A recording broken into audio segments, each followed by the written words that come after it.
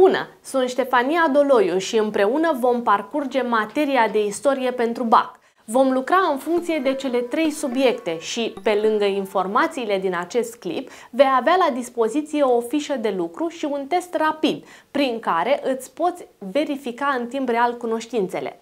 Nu uita să ne cauți și pe TikTok, note bune, sau pe Instagram, cu exemple explicate pe scurt. În acest clip discutăm despre secolul 20 între democrație și totalitarism, despre ideologii și practici politice în Europa și România. Secolul al XX-lea a rămas în memoria colectivă ca un secol al contrastelor, deoarece pe măsură ce se constată progresul științific și consolidarea democrației prin introducerea votului universal, inclusiv pentru femei, și extinderea drepturilor și a libertăților cetățenești, au fost declanșate cele 2 războaie mondiale, iar regimurile totalitare au apărut și s-au dezvoltat în unele state europene. La sfârșitul primului război mondial dispar marile imperii, Imperiul German, Imperiul Austro-Ungar, Imperiul Otoman, învinge principiul autodeterminării popoarelor și apar noi state naționale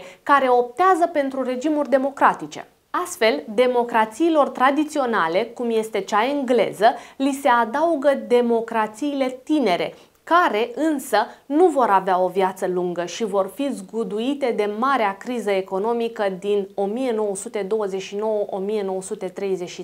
Pe fondul crizei economice și sociale și pe fondul nemulțumirilor ce au persistat după primul război mondial, se dezvoltă regimurile totalitare. Regimurile politice se deosebesc prin metodele folosite pentru exercitarea puterii și prin relațiile dintre stat și cetățeni. Dacă regimurile democratice se bazează pe suveranitatea poporului, respectarea drepturilor și a libertăților cetățenești, a principiului separării puterilor în stat, pluralismul politic sau participarea cetățenilor la luarea deciziilor prin vot, regimurile totalitare se bazează pe controlul statului asupra cetățenilor și pe un set de principii care poartă numele de ideologie politică. După cel de-al doilea război mondial se constată consolidarea democrației pe de o parte, dar și exodul totalitarismului comunist în estul Europei. Regimul comunist este înlăturat în 1989, însă marchează ireversibil societățile est-europene. Cât despre România,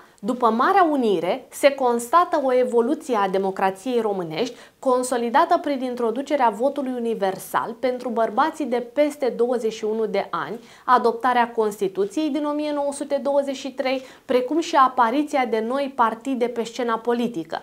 Cu toate acestea, apar și se dezvoltă extremele, extrema dreaptă și extrema stângă, inspirate de regimurile totalitare europene.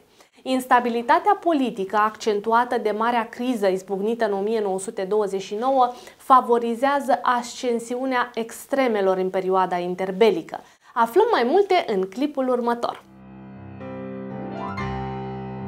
În lecția aceasta vom vorbi despre secolul 20 între democrație și totalitarism, ideologii și regimuri politice în România și în Europa. Un prim subcapitol al lecției noastre tratează ideologiile și regimurile democratice din Europa în secolul 20. Cele mai răspândite ideologii de tip democratic au fost liberalismul și conservatorismul. Liberalismul promovează libertatea individuală, promovează egalitatea de șanse, respectarea drepturilor și a libertăților cetățenești, binele public reprezentând binele fiecărui individ. De partea cealaltă, conservatorismul promovează păstrarea tradițiilor și a valorilor tradiționale, respectarea ierarhiei naturale în cadrul societății, păstrarea ordinii sociale sau dezvoltarea moderată, arătând riscurile progresului. Ca urmare a primului război mondial și a desființării marilor imperii, iau naștere noi state, care optează pentru regimuri de tip democratic. Însă au existat și state cu tradiție democratică. Vom vorbi astăzi despre Marea Britanie și despre Franța. După 1918, în Marea Britanie se remarcă cu precădere Partidul Conservator și Partidul Laburist. În același an este instituit votul universal chiar și pentru femei. Marea Britanie este o monarhie constituțională unde se aplică principiul regele domnește, dar nu guvernează, iar primul ministru joacă un rol important, întrucât își alege miniștri și are puteri extinse.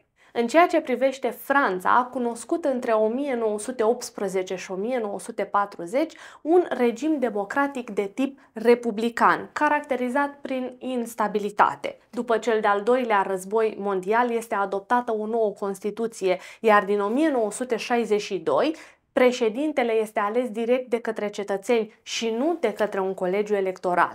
Pe mai departe vom discuta despre regimuri autoritare în Europa și în România. Ce sunt regimurile autoritare? Sunt acele regimuri care exercită un control parțial al statului asupra societății. Dacă regimul democratic este cel care respectă drepturile și libertățile cetățenești, ei bine, într-un regim de tip autoritar, anumite drepturi și libertăți cetățenești sunt încălcate. Existența poliției politice reprezintă o altă caracteristică a regimurilor de tip autoritar, întrucât este exercitată o formă de teroare. Desființarea partidelor politice, existența partidului unic reprezintă alte caracteristici ale regimurilor totalitare. Vom menționa în lecția noastră 3 state ce au cunoscut regimuri de tip autoritar: Spania, Portugalia și, bineînțeles, România.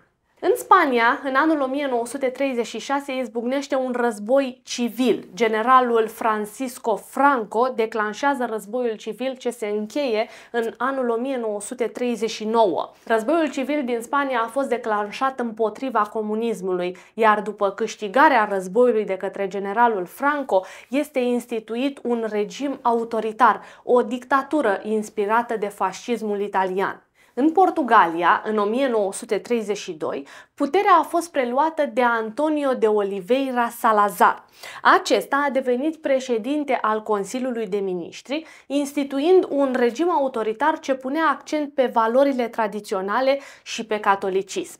În ceea ce privește România, regimul autoritar a fost instaurat în perioada interbelică, în anul 1938, dictatura regală a regelui Carol al II-lea. Regele Carol al II-lea, rege al României din 1930, instaurează în 1938 un regim autoritar, o dictatură regală, pe fondul instabilității politice din România acelor vremuri. Regimul său autoritar a fost legitimat de adoptarea unei noi Constituții, Constituția din 1938. Regele a guvernat prin decrete legi, a desființat partidele politice, Parlamentul a introdus cenzura și a adoptat o nouă Constituție conform căreia îi reveneau atât puterea executivă cât și puterea legislativă.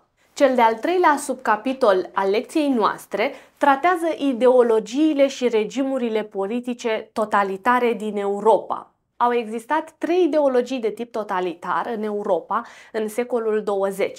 Ideologia comunistă, ideologia fascistă și ideologia nazistă. Acestea au stat la baza regimurilor totalitare. Le vom lua acum pe rând și vom discuta câte puțin despre fiecare.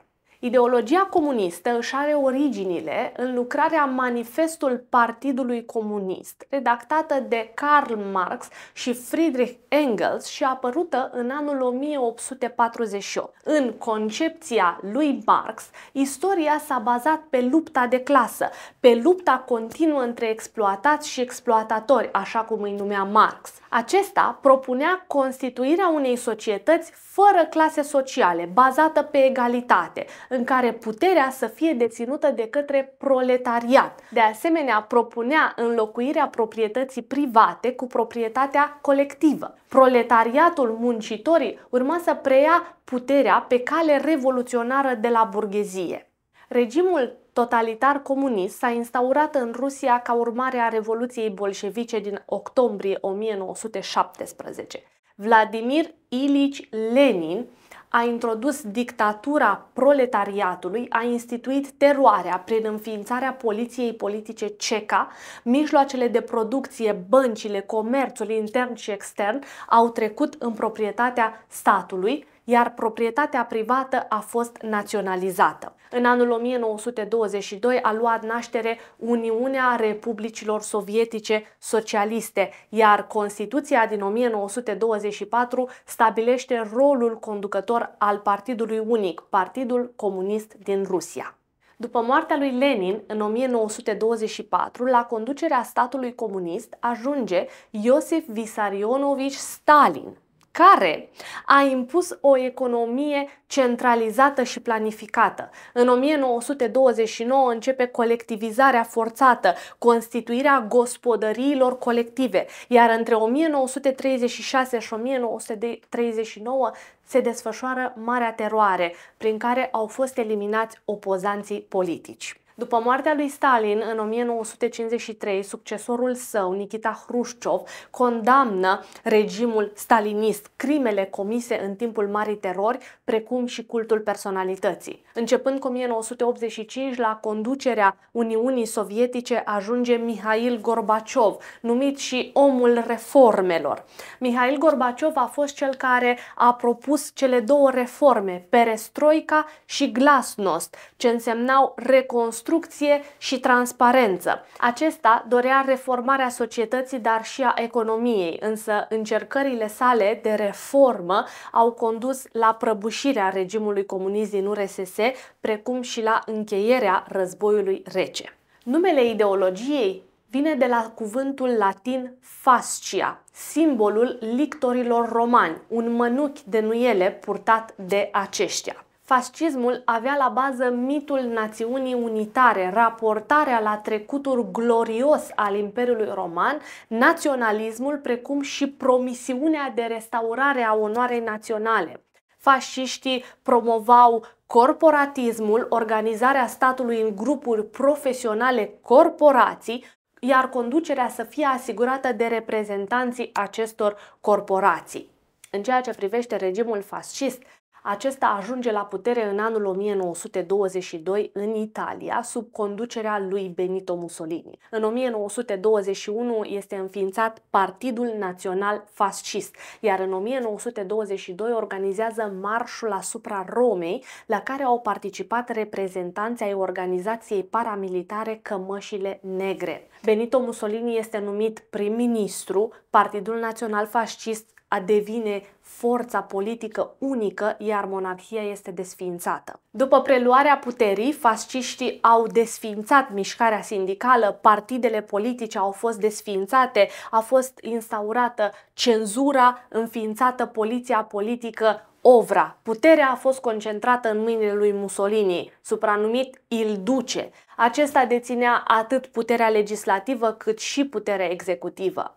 Italia este condusă în mod dictatorial de Benito Mussolini până în 1943, la răsturnarea sa. Ideologia nazistă reprezintă o variantă a fascismului, însă inspirată de Adolf Hitler. Bazele ideologiei au fost puse de Adolf Hitler în lucrarea Mein Kampf, lucrare care este lansată în 1924.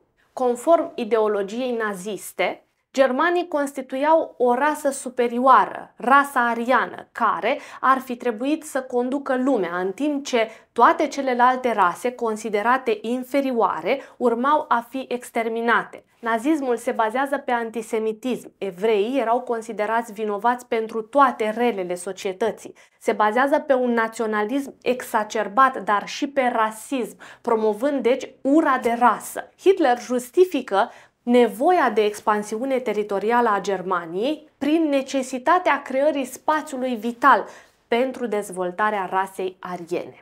Regimul nazist ajunge la putere în Germania pe fondul nemulțumirilor cauzate de prevederile tratatelor de pace de la Versailles. Ia naștere Partidul Nazist, care a câștigat alegerile din 1933.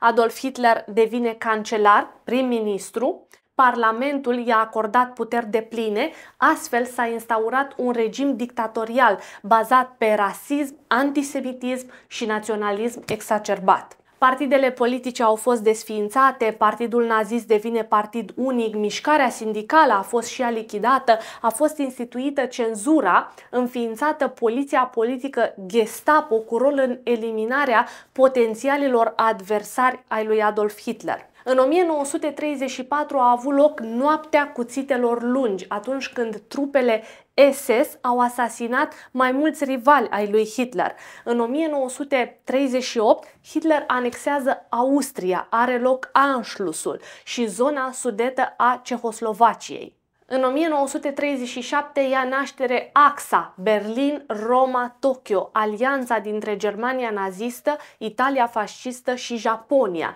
Iar în 1938 are loc Noaptea de Cristal, o acțiune antisemită prin care au fost vandalizate sinagogile, locuințele și magazinele evreiești. Adolf Hitler conduce Germania în cel de-al doilea război mondial prin atacul asupra Poloniei și se va afla la conducerea statului german până în 1945.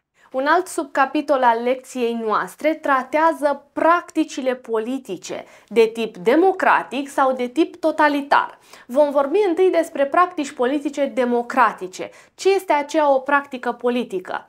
Este metoda folosită de regimul politic în relația cu cetățenii săi. Regimul politic reprezintă relația dintre stat și cetățeni, precum și ansamblul de metode pe care statul le folosește în relația cu cetățenii. Ei bine, acestea sunt practicile politice. Ele stau la baza regimurilor politice. Am identificat câteva practici politice specifice regimurilor de tip democratic. Între acestea, principiul separării puterilor în stat, votul universal, organizarea de alegeri libere, pluripartidismul sau respectarea drepturilor și a libertăților cetățenești. Nu uita, în ceea ce privește România, Constituția din 1923 și Constituția din 1991 reprezintă practici politice specifice regimului democratic din țara noastră.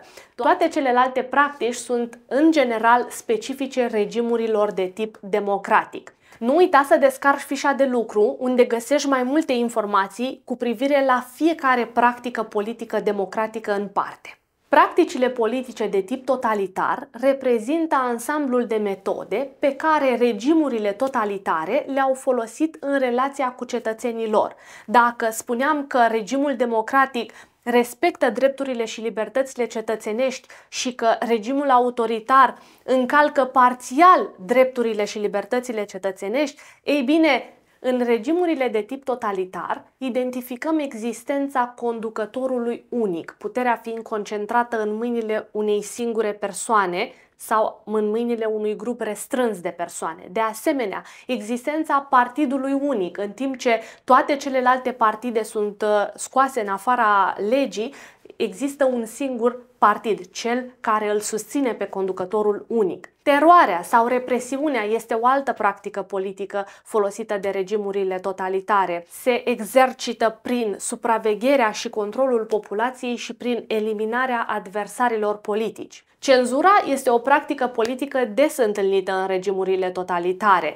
Propaganda este practica politică prin intermediul căreia regimurile totalitare își fac cunoscută ideologia, iar cultul personalității este practica politică prin care este glorificat conducătorul unic. Nu uita, în ceea ce privește România, Constituțiile adoptate în perioada postbelică, și anume Constituția din 1948, Constituția din 1952 și Constituția din 1965, sunt practici politice specifice regimului totalitar de tip comunist din România. În fișa de lucru pe care te invit să o descarci, vei găsi diferențe între regimul de tip totalitar și regimul de tip democratic. Vom aborda aici câteva dintre acestea. Dacă într-un regim de tip democratic este respectat principiul separării puterilor în stat, ei bine, într-un regim de tip totalitar, principiul separării puterilor în stat nu mai funcționează. Dacă regimurile democratice permit cetățenilor să se implice în luarea deciziilor prin vot, prin alegerea reprezentanților, într-un regim de tip totalitar, votul cetățenilor nu are valoare. Regimul democratic respectă drepturile și libertățile cetățenești, în timp ce, într-un regim de tip totalitar, opoziția politică este lichidată. Regimurile democratice au drept principală caracteristică pluripartidismul, existența mai multor partide politice, în timp ce într-un regim de tip totalitar, monopartidismul reprezintă o caracteristică de luat în seamă. Am discutat în lecția de astăzi despre ideologii de tip totalitar. Am discutat despre ideologia comunistă, despre cea fascistă și despre cea nazistă. Să vedem acum care au fost caracteristicile acestora. Ideologia fascistă se caracterizează prin corporatism, naționalism, raportarea la trecutul glorios al Imperiului Roman, militarism sau crearea omului nou, în timp ce ideologia nazistă se caracterizează prin promovarea antisemitismului, a rasismului, arianismul sau naționalismul exacerbat. Ideologia comunistă promovează lupta de clasă, eliminarea proprietății private, societatea egalitară și internaționalismul clasei muncitoare. Dictatura clasei muncitoare sau crearea omului nou sunt alte caracteristici ale ideologiei comuniste. Vom găsi acum câteva asemănări între cele trei ideologii, chiar dacă două dintre acestea, ideologia fascistă și ideologia nazistă, se încadrează în spectrul ideologiilor de extremă dreaptă, iar ideologia comunistă în spectrul ideologiilor de extremă stângă. Fiecare dintre acestea urmărește crearea omului nou. Toate cele trei ideologii sunt antiliberale, antidemocratice, dar au stat la baza regimurilor de tip totalitar și consolidează regimurile totalitare. Un alt subcapitol al lecției noastre de astăzi tratează ideologiile și practicile politice democratice din România. În perioada interbelică, liberalismul ia forma neoliberalismului. Pune accentul pe intervenția statului, apreciind că interesul general prima în fața celui individual. Acest concept a fost susținut de personalități ilustre precum Ștefan Zeletin sau Vintilă Brătianu. Ei au adus importante contribuții în teoria și practica industrializării, întrucât industrializarea era punctul esențial al doctrinei neoliberale. Pentru neoliberali, viitorul însemna industrializare și urbanizare. Reprezentanții neoliberalismului au dezvoltat teoria protecționismului, concretizată în formula prin noi înșine. Prin aceasta se putea asigura valorificarea superioară a resurselor naționale. O altă ideologie prezentă în România interbelică este țărănismul. Țărănismul a fost promovat de personalități precum Ion Mihalache sau Virgil Maggiaru.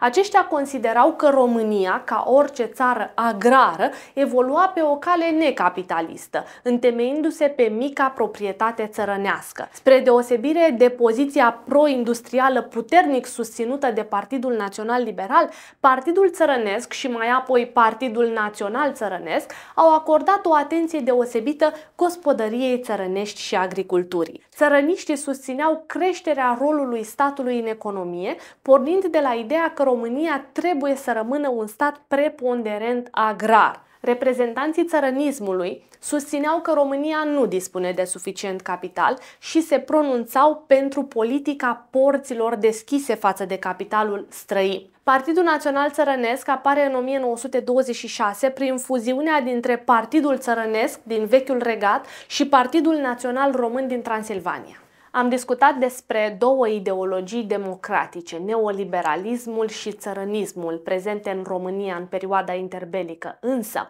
în aceeași perioadă, pe fondul instabilității politice, vor câștiga tot mai mult teren extremele, extremismul de dreapta și extremismul de stânga. Extremismul de dreapta este reprezentat de legiunea Arhanghelul Mihail, condusă de Corneliu Zelea Codreanu. Doctrina legionară se proclama a fi creștină, element menit să submineze atât orientarea antisemită, cât și condamnarea morală a oamenilor politici din partidele democratice. Legionarii au lansat teoria purificării prin moarte, au promovat ura, intoleranța și apologia morții. Extremismul de stânga este reprezentat de Partidul Comunist, înființat în 1921. Concepția comunistă, marxist-leninistă, aprecia că o rânduire capitalistă trebuia lichidată pe cale revoluționară. În viziunea comuniștilor, burghezia trebuia înlăturată de la putere și instaurată dictatura proletariatului,